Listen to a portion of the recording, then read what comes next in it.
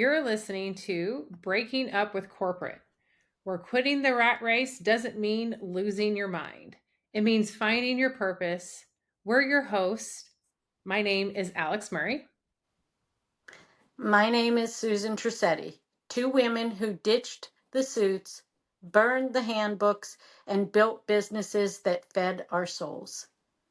Each episode, we bring you powerful stories from people who have made the pivot, left the grind behind to chase something bigger.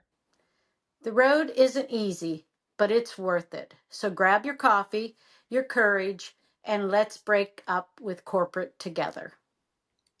I'm Alex. I'm the owner of Unleash You Coaching. I'm a business coach, and I left the corporate world 18 months ago after 10 years in corporate. And my name's Susan, and I'm the owner of Dragonfly Realty. I'm a real estate agent and property manager. I left the corporate world 2 years ago after 30 years in the business. Breaking Up with Corporate will share stories from individuals who have left the corporate world to pursue passion, purpose, entrepreneurship, and a more fulfilling career. We aim to inspire others through honest, respectful, and empowering conversations. Hi, everyone. We have Bob McKay here, and he is the founder of Skyward Sparks. He is a fractional CFO firm that helps business owners find clarity, structure, and confidence in their finances. With a background in corporate finance and entrepreneurship, he bridges the gap between big picture vision and day-to-day execution. His mission is simple: help founders scale smarter and sleep better at night. We're here to hear his breakup story with corporate, why he felt the need to make the pivot and the transformation, and where he is now in his new career. Hi, Bob. Welcome to Breaking Up with Corporate. Hi, Alex. Hi, Susan. Thank you for having me. All right, well, we'll get right into it, and I'll go ahead and ask the first question. So, what was your corporate life like?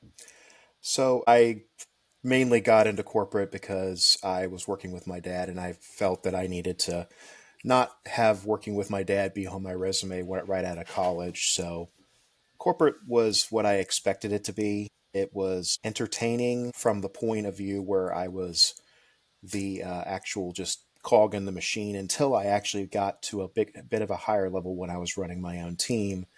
Then you sort of see how the sausage is being made, and you see the grind, and you see a couple of the things behind the scenes that you may or may not like, but you have to do it because that's the corporate culture. That's the way you want to go. And if you don't like it, then you got to leave. So, Yeah, it's awesome. When did you realize while you're in corporate that something had to change?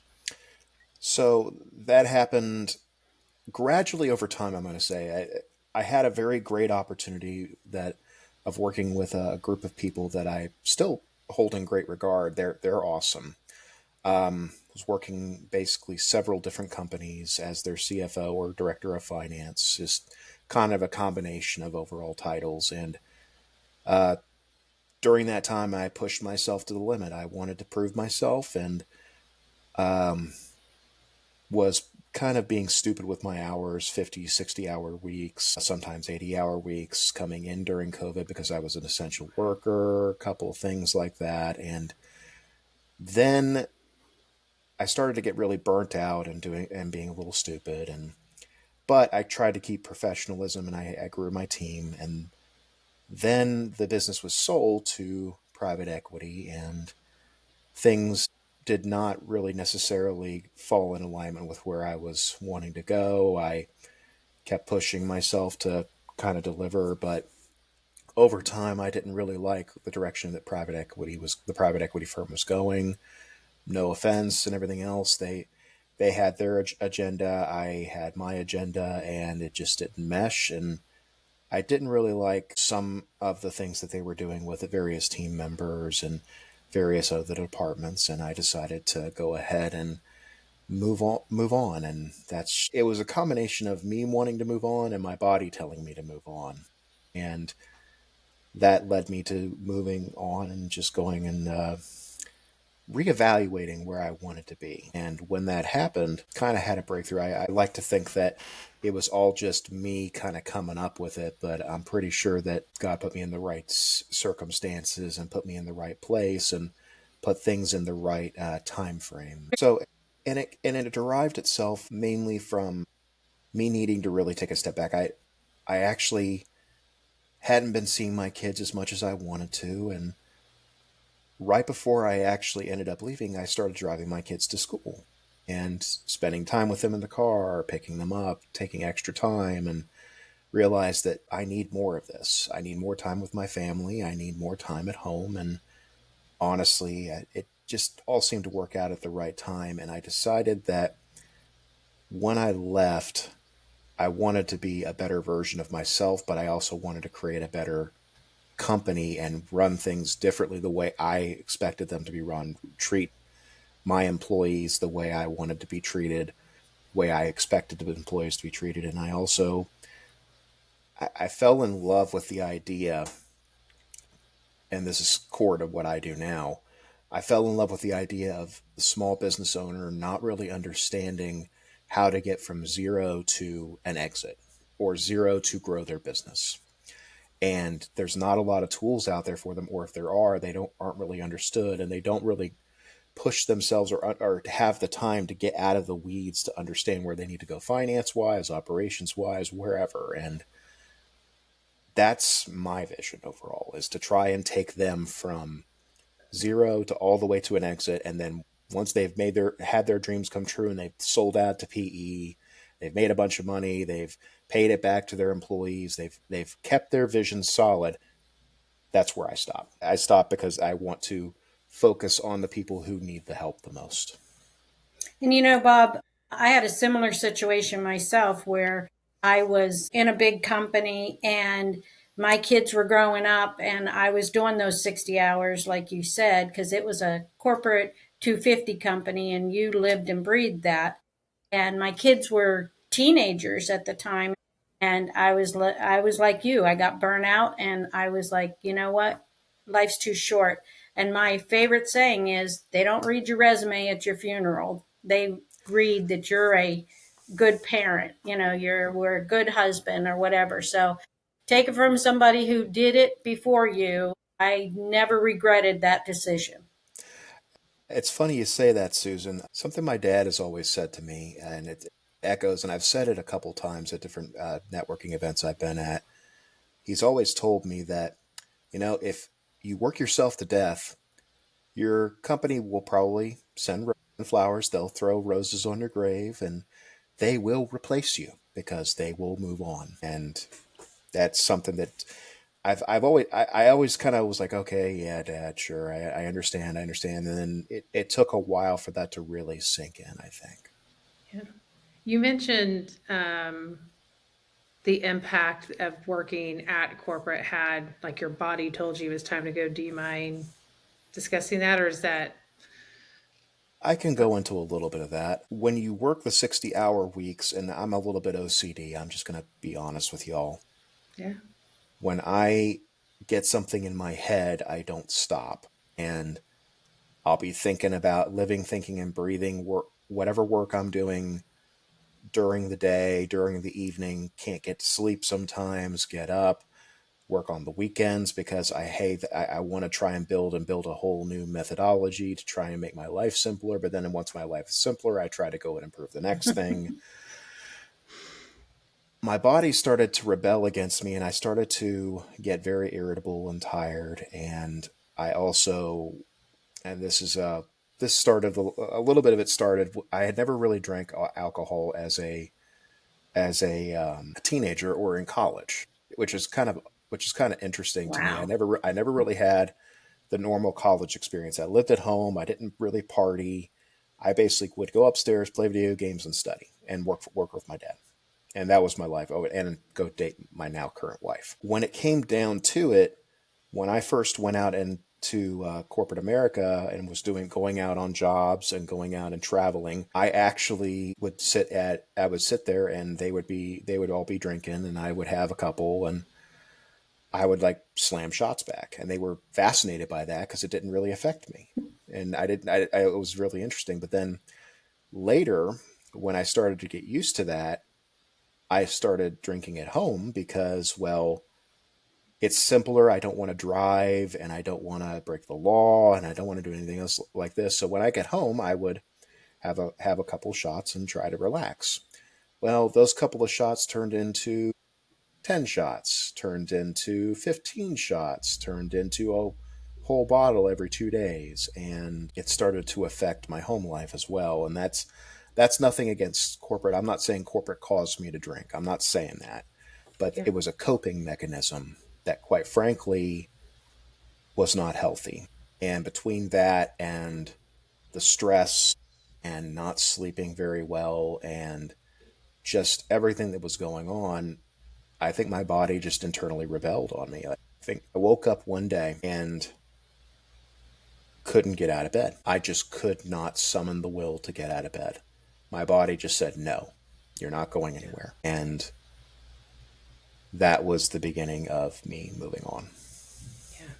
I I want to say I think a lot of people can relate to that story. I relate to that story too. That's one of the pivotal moments which I knew I had to leave corporate as well. I was depressed from toxic leadership, from toxic bosses and environments in which I was in, and taking antidepressants for the first time, and also drinking myself to sleep to cope, just to make it through to the next day. So totally I think a relatable story to a lot of people when they're dealing with, you know, that kind of stress, that kind of workload, that kind of, environment.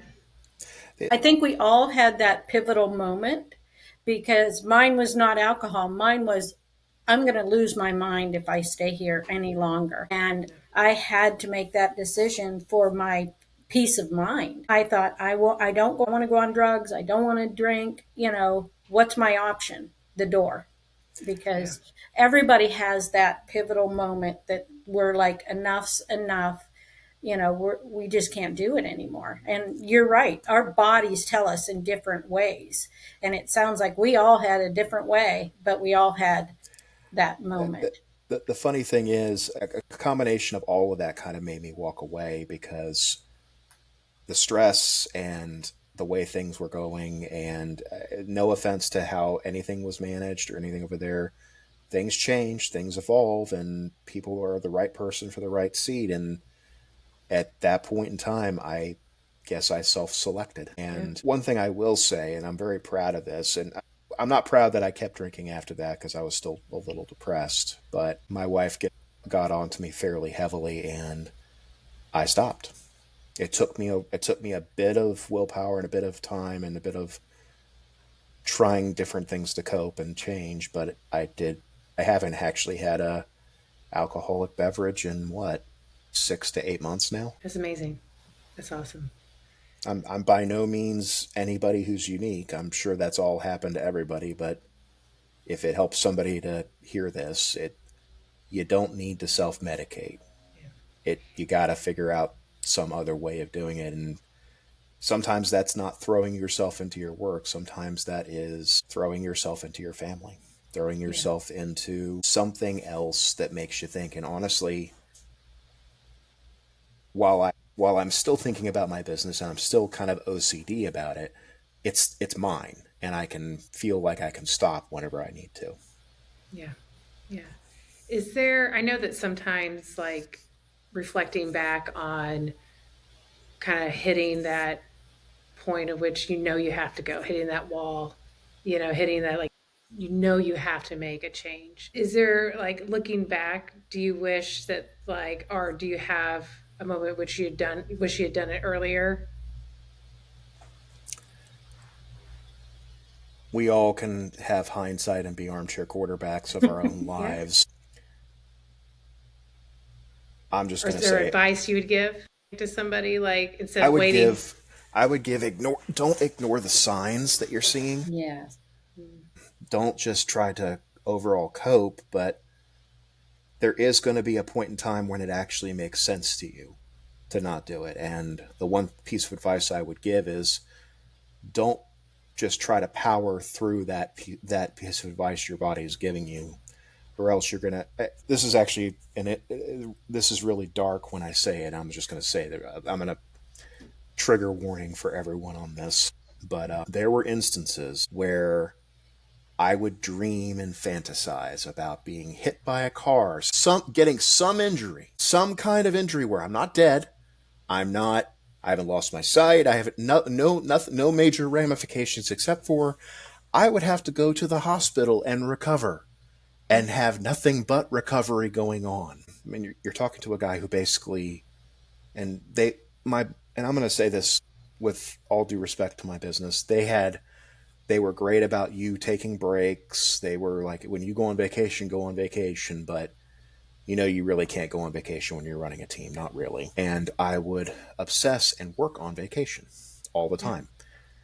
So when I say, hey, being in the hospital and being injured and fantasizing about that, it would be, well, I have no choice but to do this. So that fantasy, I guess, kind of came true because my body basically told me no more. Yeah. So, and that's not something I want anybody to ever have to go through, because that's really a dark way of thinking about it. So when you see that kind of warning sign and you start having those little mini fantasies, something might be wrong. Yeah. Yeah. I think I had a lot of heaviness when I was sleeping is what my problem was. It felt like there was like things on my chest or I was falling, and I don't dream. So when this was happening, it was like you said, my body was telling me something because I've never gone through, I'm not a dreamer.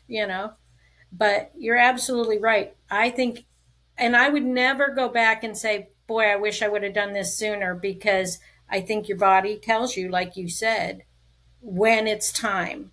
If you do it too early, you may regret it. So I never regret decisions I make, because it's not going to help you at all. I'm not going to say I don't regret certain things, but at the same time, you're right, Susan. It does you no good you can dwell on it for maybe 24 hours. And then at that point, you got to kind of get off your butt and get going again. It's sort of the goldfish mentality. Yeah. so. Yeah, I was watching a you've movie left. recently about the goldfish, and he's like, "I'm a goldfish. I'm a goldfish." I was like, "That was so cute." So I now try and remember that one. you've left corporate. Did you already know what you were going to do? Like, you knew exactly where you were going? It took some time for me to think about what I wanted to do. When I decided to leave, there was a transition period that I was open to with my job, and got somebody else up to speed and all of that. So it took me some time but during that time I was at home with my kids and I was happy. And there were times when I was thinking about what I wanted to do. And then I decided I wanted to go start up a couple companies of my own. I considered going to another job, but at the same time, I also was like, you know what? It's time. I need to try to do something different. And whenever I thought about it, you're gonna think this is funny, but I wasn't just starting Skyward Sparks. I started a digital marketing firm. And my reason behind starting a digital marketing firm along with Skyward Sparks was when I got my degree, I was one of those weird people in school. When I got my master's, they had three paths. One was focus on tax or focus on audit. But then there was this little middle ground that was called entrepreneurial accounting. And when I took that, I was like one of the only people who in my year to take that. And the only reason I took it was because potential jobs that this will align with: CEO, CFO, owner of business, etc. And that's what I wanted. So when of my experience in corporate, it gave me a lot of additional experience with legal operations, gave me a ton of experience with finance, obviously, and I interacted with marketing and sales, but I had no clue about marketing and sales. I had never done marketing. I had never sold anything for a living. So I decided, hey, I need to get better at this. And how hard can it be? And he would soon find out how hard it really was. The one thing I found out about that is that I am not a marketer and I'm not really a good salesman. but it gave me the experience to understand that, so that when I went to be a CEO of my own company or owner of my own company, I know enough to be dangerous enough with it, and I know enough Ah, to ask certain questions. And when clients come to me and I talk to them about all facets of their business, I can speak knowledgeably about, oh, well, what are you thinking about this? What about this? Have you looked at this? Have you looked at how's your pipeline looking? What are you thinking about this? And I can actually speak to them and speak many various languages in terms of business operations and everything. yeah. So a little trial by fire there on learning marketing and Oh, sales. I lost a lot of money on that. I'm going to tell you that was an expensive lesson, but I still think it was worth it. Yeah. So what was your support like going from corporate into entrepreneurship? Well, my major support came from my wife. She still has and still does. I don't know why she still trusts me, but she does. She was there and supportive of me. My dad has always been supportive of me, giving me advice. And I will say a lot of the people who were my first clients were people who I had previously worked with, who I had a relationship with. They knew that I was leaving, and they were like, "Hey, what about? I need some help with this. What about this?" And in fact, one of my major mentors gave gave me the kind of push that I think I needed, because he needed some help. And I will never forget that, because quite frankly, without that, I probably would not have gotten as far or as fast with Skyward as I have. That's awesome. That's awesome. So tell us about your current work, your current business, and where you're at right now. So it's been a long slog. As I said, Skyward was not my 100% focus from when I started it, but it became a quick focus after the summer of when I had originally started it. What Skyward Sparks offers, it's a fractional CFO service for small business owners that don't really have an understanding of where their numbers are, where their cash is, where they've had a ton of revenue that's come in, best revenue month than I've ever had, and I still don't know where all the cash is. Why is my bank account empty? Why why am I not making enough money on the net income? I have no net income, and I don't understand. Or why in the world did I have to pay so much in taxes, because I I didn't make that much money. How in the world am I still having to pay taxes? It's various questions with regards to that, and questions that keep business owners up at night of where's my cash at? Am I going to be able to make payroll? Am I going to be able to hit my revenue numbers? Am I going to be able to hit am I going to be able to hit my operational capacity needs? And do they even know what those are? Do they have KPIs? Do they understand where they're going? Mhm. And one of the major things that I try to do when I go in and talk to a client for the first time is I try to understand what keeps them up at night. What are the issues that they're facing? What makes their business tick, and why did they start it? Because a lot of business owners, they'll start a business, and entrepreneurs are massively OCD and ADHD. I'm just going to say it, because we're all kind of that way. Whether you identify that as that or not, we're all a little bit ADHD and OCD. There's a reason why we do things the way that we do, and we started things the way that we started them.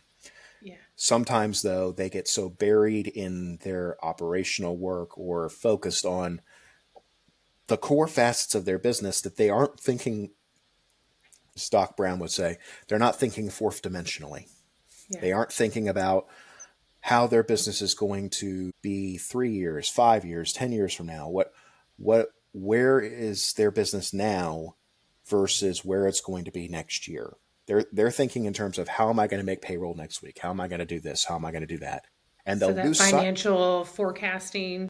Yes, and Okay. they'll lose sight of why they started the business in the first place, or what are the value drivers that actually make them money Yeah. and make them successful. Yeah. And I actually look at this in terms of how the entrepreneurial operating system typically looks at this. Something I kind of borrow from things that I learned from, and I'm sure, Alex, I know you do the exact same thing. I'm pretty sure, but Susan, I would assume that, but the entrepreneurial operating system has a two-facet approach. One, there are visionaries, which is what typically owners start out as, and they need to stay in that lane. They need to dream the next dream. They need to figure out the next product.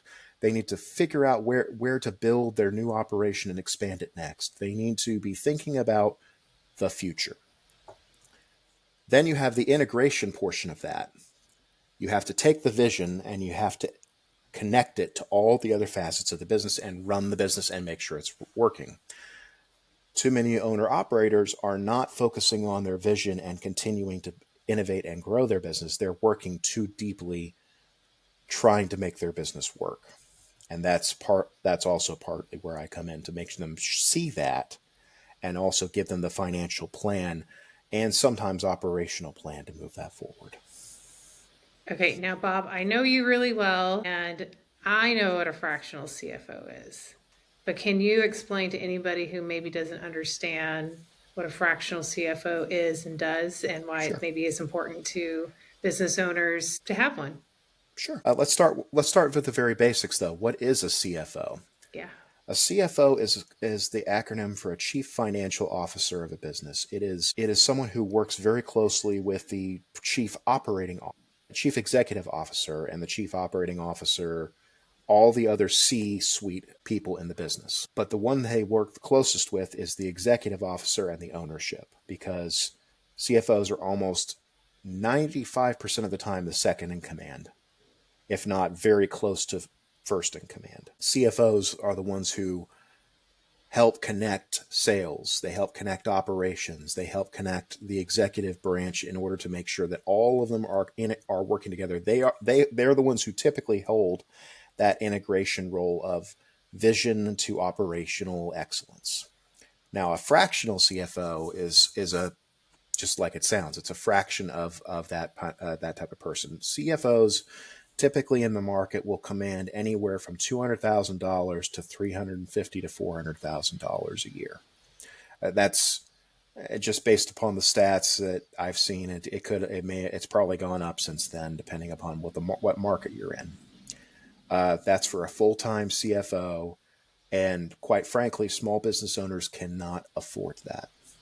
They can't afford that, but they need the expertise that a seasoned CFO brings, because a seasoned CFO could spend maybe 5 hours looking at your business and your financials and give you a whole new direction path of where to go and to make sure that you're on the right track. And hey, have you thought about this? That 5 hours is what we call a fraction of the CFO's time. CFO 5 hours a month, 60 hours out of 2,080 hours a year of full time. And then with that, you are being billed a fraction of what an actual full-time CFO would cost, because most small businesses don't need a full-time CFO, but they still need that guidance. And that's where I come in. That's awesome, because I know in my business I cannot afford a full-time CFO. And honestly, 95% of small businesses can't. Yeah. Unless their owner is a CFO to begin with. Yeah. So your business allows other businesses to access high-level CFOs at a fraction of the cost. Yes, ma'am. That's amazing. What would you say to someone who wants to leave corporate? There are a couple things I would say, and this may not sound like the most go-get-em advice, but I would ask them a question of why do they want to leave corporate in the first place? What's your reasoning? If your reasoning is you just don't like your job, well, that's great and all. Almost 95% of the world doesn't like their job. I mean, I keep looking at the elephant meme sometimes of, at least you don't have this guy's job where he's shoveling all the elephant poop. But if you are very serious about leaving and your reasoning behind it is sound, you have to understand when you leave corporate and when you leave to go anywhere, you have to ask yourself, what are you doing it for? Are you doing it to start your own business? Are you doing it because you're just tired of it and you want to travel and see the world, or you want to do not-for-profit work? You have to have a plan of why and what you're going to do. The one thing I will say, though, is no job is worth your sanity. And If a job is driving you absolutely insane, by all means, go find a job and go find work that actually makes you happy, that actually makes you tick, that actually rings your bell. I know those are all buzzwords and phrases, but it's true because Yeah. I, I could say that, oh, I want to be a professional hockey player. That ain't going to happen. That would ring my bell, but at the same time, I don't. I'm a little bit too chunky for that. Yeah. I'm a little bit too old for that. But when I actually go to help people and I actually am able to make a difference in their business and able to move their business forward and actually let them sleep better at night, that rings my bell. Yeah. So when you actually find what rings your bell and you decide that it's the best time, go do it. Don't don't necessarily think twice about it if you've over obsessed about it already anyway. If you've got it to the point where you know what you want to do and your sanity is threatened, go right ahead. But if your sanity is threatened and you don't really want to do anything else, go find a different job that your sanity isn't threatened. Yeah. That would be my advice: is don't do it without a plan, but don't wait too long to where your sanity completely breaks and you're forced to do it. Mm. That would be the best advice I can give. Yeah. Do you have any words of wisdom or warnings for anybody who wants to become an entrepreneur? A couple. When you go to become an entrepreneur and you go to start your business, cash is king, capital is king, but you don't need all the fancy toys that everyone says you need right off the bat. Amen. Start small. Start with just the free stuff that you have. If you have an email address and it's a professional and it's a standardized email address that has your name in it in some form or fashion, use that. When you get your first client after, and that's another thing, go network, go talk to people, spend some time doing that, but don't waste money chasing after tools, chasing after teaching, chasing after anything that may or may not need. The one thing I will say that actually really helped me is coaching.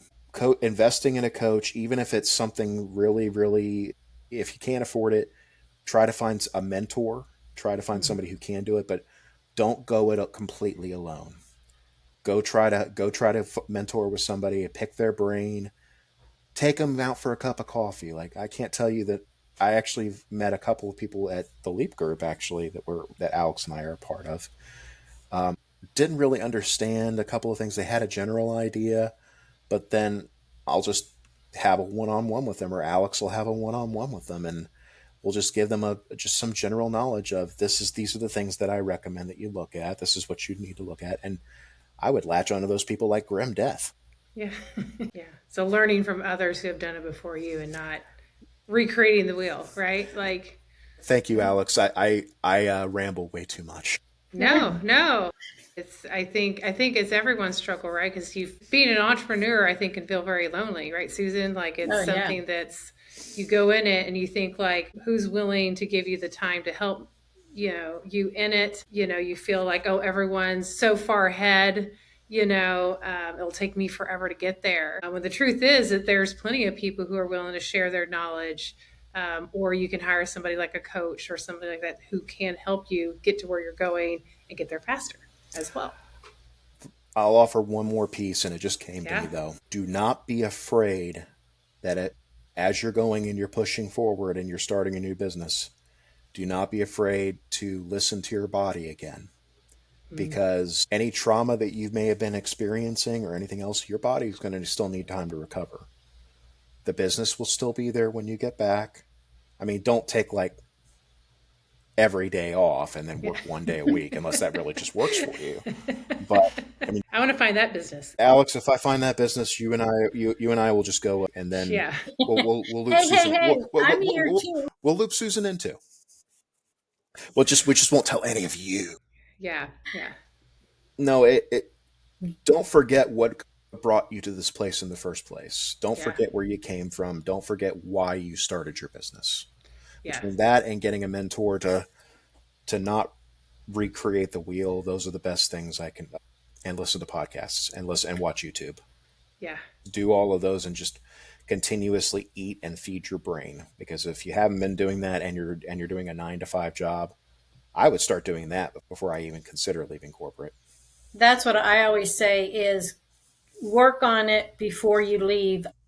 I did real estate for 5 years before I actually jumped off because it's kind of tough to take a good job that you got good money coming in and go to zero. There's very few people that can do that. Plus, I think the most successful people are ones that have worked in a business that they then started themselves, so they knew a lot of things.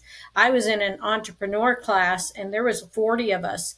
By the end of the class, there was only 5 that realistically understood what being an entrepreneur was, and there was only 5 of us that did a business plan that made sense, and that we went the whole 9 yards, and 35 people didn't, Yeah. so sometimes you think it's a good idea, but you really should see what it's like before you take that big plunge. I And if agree. you do, you have a higher rate of success. Yeah. Uh, I think it's it, great advice. yeah. In addition to that, by the way, if you have not been networking and you've just been off in your little cubby hole and not talking to people, get out there and start networking and talking to people because you need to actually understand how to network and talk to people, or else you're not going to get clients. Correct. Correct. And Bob, I want to kind of go back a little bit because you saying like recognizing your old triggers, right? Your old like what brought you here in the first place and not replicating that back in your business. And I'll say like as a business coach, I come across that so often when we start our own businesses and as entrepreneurs, because what we saw in the corporate world, we can sometimes turn around and become our own worst bosses. And now we're stuck to these crazy schedules that we said we didn't want in the first place, right? We're overworking ourselves. We're overburdening ourselves. And then we're right back in that spot and we're asking ourselves why. So it's very important. Like you said, it's such great advice to remember why you left in the first place and not recreate that situation for yourself yet again.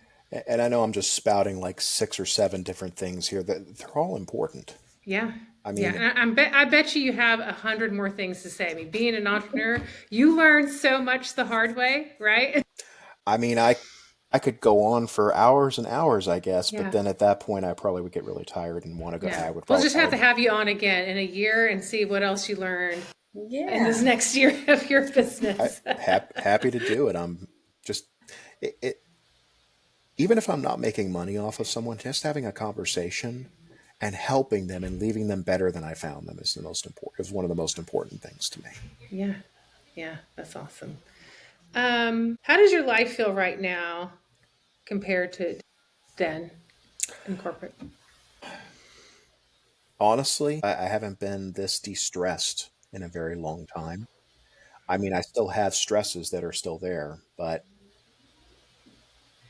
I actually feel peace. I actually feel like the plan is that there's a plan and I'm generally in control of it to the extent that God allows me to be in control of it. Yeah. Because no plan survives contact with the enemy. I'm just going to be honest. Yeah. Yeah. I love that. Susan, do you have any questions for Bob? No, I think you did a great job, Bob. When I started my business, I asked all of my entrepreneur friends, what are the cons about being an entrepreneur? Because I knew all the perks, and the biggest con was it is in your brain 24/7 because now you're the person in charge. But it's different than when I was in the corporate, it being 24/7 because I wasn't in control of it.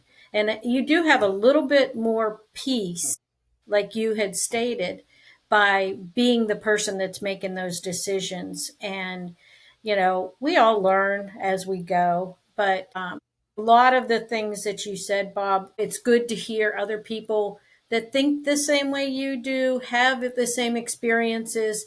So you're not doing it alone, and you know that some of the things that you think, oh my gosh, am I doing this right? And then you hear somebody else say it, it's really, really helps you to feel like, okay, I'm working in the right direction, like networking, networking, like you've said that a few times, that is key to getting certain things. And getting a business coach. I agree 100% with that, but I would get them before I left the corporate world if I had to do it again. See, I said I didn't have any regrets, and that was one of them. Speaking to cons, Susan, one thing I will say, it's always a con to have to spend your own money. Because Oh, when you yeah. spend your own money, you start to understand where how all of the corporate world actually feels when you're spending their money. Yeah. So the best thing that I can advise you to be is be a good steward of that money, and don't forget the lessons that you learned along the way, because you're going to have an employee that annoys you, like, why are you doing this when you're not, why are you doing this, what if there's time to lean, there's time to clean, there's this, and you're trying to get the best bang for your buck, but it's a struggle. Remember, when you see your own bank account and you see money going out and you feel like, oh man, if that was me, I could have been doing so much better. But Yeah. you got to remember why you did it. Yeah. That I have a question, Bob, and it just like came to me. When should somebody, or when does somebody know, or when should they start engaging if they can't afford a CFO, or when should they engage with a fractional CFO? Like when should they know like what's happening? What is like what's the trigger to be like that, like now's the time. Like I'm in my business, I'm working, I've met this block, it's time to engage. Like what is I'll be honest. I've had people who have engaged me from day one of the business mm, to people who have engaged me 2 years down the road from the business. It just depends on what your comfort level is. My advice would be, like, if you're going with a fractional CFO, find one who's going to actually give you some advice before, even if they can't really afford you, or you can't really afford them. Excuse me. Let me rephrase that. Uh, I find one that will coach you through and give you some advice before you actually pay them $1, because they'll be one who tell you that I don't think you can afford me. If they're actually working in your best interest, they'll take a look at your stuff and they'll hear your story and they'll say, it sounds like you really can't afford me, but I can give you some baseline advice and check it back in with you. And because that's something that I found, that even if someone isn't ready to commit as a CFO, and this is great for any sales rep or anything else like that, you can nurture that conversation along the way, to where when it's time, either you've given away all your secrets at that point and they don't need you, but you've yeah, paid it forward. But then when the time is right, then they know that they need you, because giving them advice and helping them set up along the way is great, and you're paying it forward, because those people who you've paid it forward to and you're nurturing along the way, even if they don't use you, they're going to remember that and they're going to refer you out to someone else. yeah, It's a karma thing. You pay it yeah. forward. I love that. So what's your mission now? Where are you at? Where are you going? Mission right now is, I just got finished acquiring a new business. My mission is to try and get that business stabilized, underneath Skyward and ready for the next year. And my mission is to continuously grow, because I already have some staff, and I've been coaching them and bringing them along the way, but we're about to hit a point in my business of inflection where I have to hand off more to my staff than I have been handing off, because I've been babying them along the way and teaching them along the way. Now once I have a few more clients, it's about time to hit that inflection point and start really getting them way more involved. And that's one other thing I'll say is, don't be afraid to hand things off. I tell my clients all the time, don't be afraid to hand things off to staff, low value targets, things like that, that they can get more experience from than you can. Yeah, delegation. Love it. Always. All right. Well, do you have in your own business, do you want to share any current offers or promotions or share with anybody on how they can connect with you or find you? If you want to connect with me, I offer a free, what I call a Skyward Path report. It's no obligation. Basically, allows you go in, you take a little questionnaire, and you can send me financials. Or if you just want to even not even do the questionnaire, you can just book with me, and I'll sit and have a free consultation with you. I'll have a one-on-one, and we'll talk through some things, and we'll just see how your business is going, and what would actually be the best way to move your business forward. And with the Skyward Path report, I offer a free report, just comprehensive of, I've looked at your financials, I've looked at your stats, these are just some high level things that I recommend for your business. And that's no obligation and free consulting work just to see it. I call it an introductory period to see if we're a good fit for each other. If we're not, or even if you don't want to, or whatever else, you still have the free stuff and we can keep in touch. Yeah, that's great. Well, I was going to say, and like you said, that stuff comes around. It's a karma thing. I give a lot of free advice to people just on entrepreneur in different lines of businesses. And I always say I'm not expecting anything back from them, but I hope that they will tell somebody that, I'm somebody to work with. Yeah, that's great. Well, Bob, it's been amazing. Is there anything that we left out today that you would like to say to our listeners, or any advice that we didn't get to, or anything like that? One thing I will say, and it's going to be a plug for you, Alex. Alex has coached me in the past, and it was very interesting because I didn't want to go through any particular life coaching or anything else like that. But if you're hesitant or on the fence of getting a business coach, I would recommend Alex. She does a very good job of that. I appreciate Absolutely. that, Bob. I'll second that one. Well, She I coaches me and appreciate she you doesn't guys. even realize it. We're having a conversation. I'm like, I got to be more like Alex. I appreciate you guys. Y'all are amazing. Well, Bob, it has been great having you on, and we'll get all of Bob's promo stuff up and his links to his Skyward Path all connected, and his social media and everything for y'all to connect with him. It has been a pleasure. Susan, do you have anything to close No, us I out just with? wanted to thank you, Bob. That was really good information. And like I said, a lot of it resonated with us. I Yeah. mean, you saw we were shaking our heads the whole time saying, yep, you're right, Bob, you're right. One thing I'll say, it's difficult for me to talk about the drinking piece, but if I don't say it, then no one else will. Yeah. Yeah. Yeah. And you know what? My one boss told me that that's why he quit his job. He said, I would have become an alcoholic if I would have stayed there. And he moved, and he told me his story. Yeah. And that's why he moved to a different job. He didn't entrepreneur at that point. He's an entrepreneur now, but he wasn't an entrepreneur then. And he tried again at another company, and then he went out because the drinking was always there in that position, so he went to a different direction. But yeah, I think it's a great thing to put up there because I guarantee you're not the only one Yeah. that took that path. I appreciate that vulnerability, and like I said, it's also my story too. I think a lot of people struggle with that, especially when they're in an unhappy place. It's Mm-hmm. something that I'm a little bit ashamed of. At the same time, it it's part of what it's part of. But I Yeah. think you're helping people too with it. Don't ever, I mean, it's hard for me to say don't be ashamed, but know on the other end, you're helping people too, Yeah. who are probably thinking the same way. But they sometimes you have to hear it from somebody else to Yeah. say, I guess it's not just me, you know? Yeah. I think my hope, Bob, as well, is that somebody will hear that and go like, "Oh no, like I didn't realize how bad maybe it is, and like realize I need to make a change." Well, Right? I highly doubt those people are doing 10 to 15 shots a night, but you never know. But I did have somebody tell me that they almost had a nervous breakdown.